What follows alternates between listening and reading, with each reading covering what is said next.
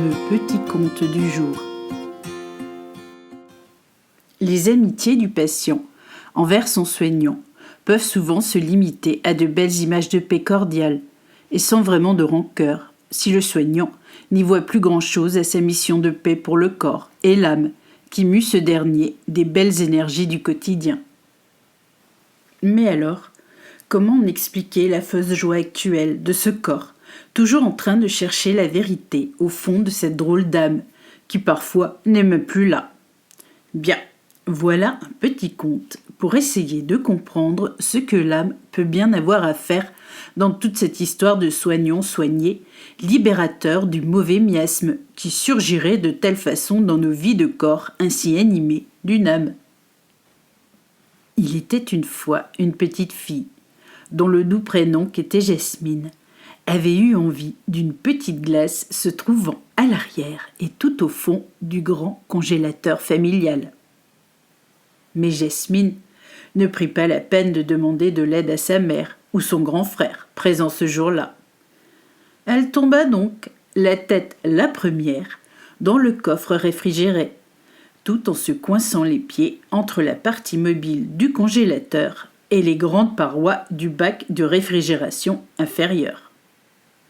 Un magnifique sandwich a ainsi observé d'une main facétieuse, pour se retrouver, quelques heures plus tard, au sommet de la liste d'attente des urgences du coin. Heureusement pour Jasmine, sa mère n'avait pas mis plus de 2-3 minutes avant de la retrouver en cette fâcheuse posture, pour une petite fille aussi agile que gracieuse en ses véritables talents de petite danseuse, presque étoilée du sourire le plus beau. Mais là, Jasmine ne souriait plus, car ni glace ou voluptueuse crème à la banane et au marron pour régaler ses papilles, mais une douleur intense au sommet du crâne, surajoutée de 2 chevilles, complètement aplaties par la lourdeur du toit de coffre de cet immense congélateur. Sa mère la rassurait comme elle pouvait, en lui confiant toutes ses plus belles énergies de femme maternante et au fait du moindre bobo de ses enfants. Elle devait prendre sur elle pour ne pas pleurer la même douleur que sa fille, lorsque son crâne, tout endolori, lui donnait à elle les migraines face à la longue liste d'attente de ces fameuses urgences, où tout se devait d'aller le plus vite possible. Une femme courait d'un brancard à l'autre, dans les décombres presque guerriers d'une salle d'attente aussi minuscule que celle-ci.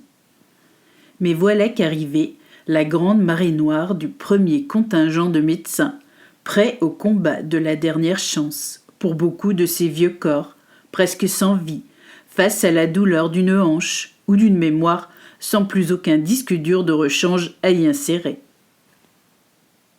La nuit tombait déjà, à l'extérieur des vitres pleines de salive du dernier patient, en train de chercher je ne sais quoi à force de tourner en rond, sans aucune idée de ce qu'il faisait là. Jasmine avait si mal à la tête qu'elle en vomissait son 4 heures de la veille, et sa mère pleurait de rage à voir ainsi sa petite fille, son âme, ainsi mise à l'épreuve du temps, dans ce drôle d'hôpital sans soignant. Car ce qu'elle prenait pour des médecins n'était qu'une horde d'esprits malfaisants qui traînaient par là, pour enlever aux vieilles âmes tout espoir de renaître à la vie, ici, dans ce lieu de soins pourtant, car la hanche ne pourra plus être remplacée. Il n'y a pas de chirurgien avant 3 mois, pleurait presque la femme qui lui donnait une cuillère de pudding ramolli à force d'attendre la main qui le donnera au corps affamé et sans espoir de survie. Mais alors, pour Jasmine, demanda à haute voix sa mère, qui se pensait encore en prise avec ses pensées. Bien, il faudra attendre la radiologie pour voir ce qui cloche avec sa tête. Et ça va être long, osa-t-elle encore demander, par curiosité nécessaire face à sa fille en pleurs. Bien, je sais pas. Il a fait un burn-out, le radiologue ce matin, face à la trop grande recrudescence de chute ces temps derniers. Il va falloir attendre son remplaçant. Et il arrive quand, son remplaçant ? demanda la maman, effrayée par la réponse à advenir pour cette question somme toute légitime. Je ne sais pas, répondit en partant rapidement face à toutes ces questions sans réponse à apporter de sa part cette dame habillée tout en blanc, dont nous ne saurons plus jamais si son âme était celle d'une patiente à elle-même ou celle d'une soignante à l'humanité. Car oui, comment soigner si son propre corps ne répond plus à l'âme qui le compose? Il faut être conscient que Jasmine souffrait le martyre, avec son crâne complètement endolori par la chute au fond du coffre réfrigéré. Mais son âme semblait sensible aux bonnes énergies de cette mère, qui faisait tout pour atténuer ses souffrances. Elle lui chantait la chanson du printemps, simple et sans fausse note, lorsque la mort prit peur.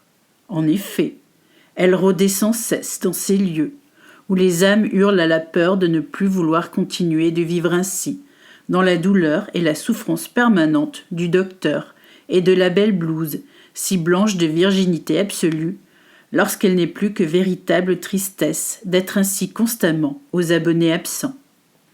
Il fallait aider Jasmine, mais comment faire si le directeur des soins de l'hôpital, en manque cruel de gens pour les prodiguer, ces soins, ne se rendait jamais compte que pour soigner, il fallait une âme pleine de joie et d'énergie protectrice envers ses propres peurs du mort, qui attend parfois sur le brancard de l'urgence absolue. Mais voilà, Jasmine n'était pas mourante. Elle avait mal au crâne de s'être bêtement cognée au fond du bac à glace géant de la maison. Cependant, ce n'est pas une raison pour la laisser ainsi en prise à la douleur. Mais sa mère y arrivait bien à la calmer, en chantant la joie et le retour à la vie, au point de se demander ce qu'elle faisait là, au milieu des morts vivants du tout voisinage.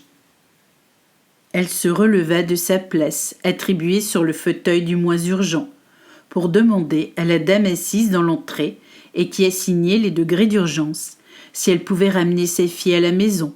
Elle reviendrait demain, si nécessaire.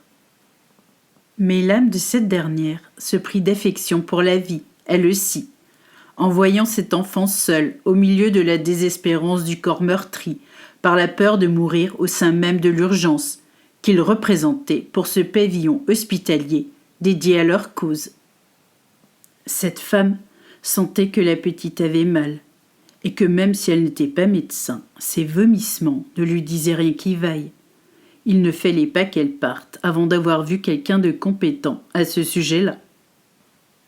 La guichetière de l'urgence, aussi solidement armée de son stylo que de son mégaphone de femme impitoyable envers les urgences en tout genre, prit le temps de héler ce jeune interne qui n'en pouvait plus de soigner la mort de l'âme pour lui confier Jasmine. Car la peur de perdre cette petite fille lui avait éveillé l'âme, celle qui dormait sous le couvercle de l'habituelle mort au sein des services de l'urgence si vitale qu'elle ne l'était plus, vitale, à force de ne plus soigner ce qui paraissait important à la fin, l'âme. Et notre jeune Jasmine, comme ce vieil homme à la hanche démise, en avait une, dame. L'un fut réconforté de cette main qui lui donnait le pudding de la réanimation à la chaleur du renouveau, entre l'âme et son corps, et celle qui veut bien l'aider à renaître encore une fois. Tandis que Jasmine fut amenée à la fameuse salle de radiologie, où le remplaçant avait en fait été une sorte de vieille assistante, aussi aguerrie que le plus vieux des médecins en la matière. Elle prit le bras et la tête de Jasmine pour la passer au rayon X, sans en apercevoir l'âme, certes, mais pour y voir que cette dernière avait tenu bon, grâce au chant de renaissance d'une mère, dont jamais l'âme ne sursoit aux obligations de vie, lorsque celle de son enfant a besoin de son souffle, ainsi partagé à l'infini. Notre Jasmine put rentrer le lendemain, après une grande et longue nuit face à ce terrible traumatisme crânien d'une glace, pourtant toujours en attente au fond du congélateur. Ses chevilles furent également glacées et remises en état par la bonne main d'une dame tout aussi blanche que les autres dans l'hôpital. Car évidemment, seule l'âme peut procéder aux soins du corps, dans ces urgences bien étranges, lorsque le réveil à l'humanité se fait entre la mort et la paix d'une âme qui se sent aidée dans ce travail de guérison perpétuelle d'une blessure, qu'elle soit physique ou non.